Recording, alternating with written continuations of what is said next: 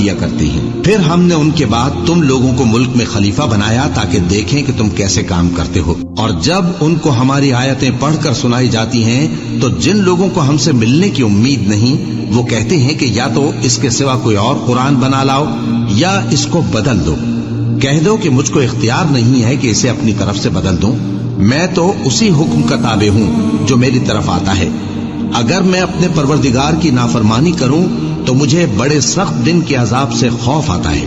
یہ بھی کہہ دو کہ اگر اللہ چاہتا تو نہ میں ہی یہ کتاب تم کو پڑھ کر سناتا اور نہ وہی تمہیں اس سے واقف کرتا، پس میں اس سے پہلے تم میں ایک عمر رہا ہوں اور کبھی ایک جملہ بھی اس طرح کا نہیں کہا، بھلا تم سمجھتے نہیں؟ تو اس سے بڑھ کر ظالم کون ہوگا جو اللہ پر جھوٹ باندھے یا اس کی آیتوں کو جھٹلائے؟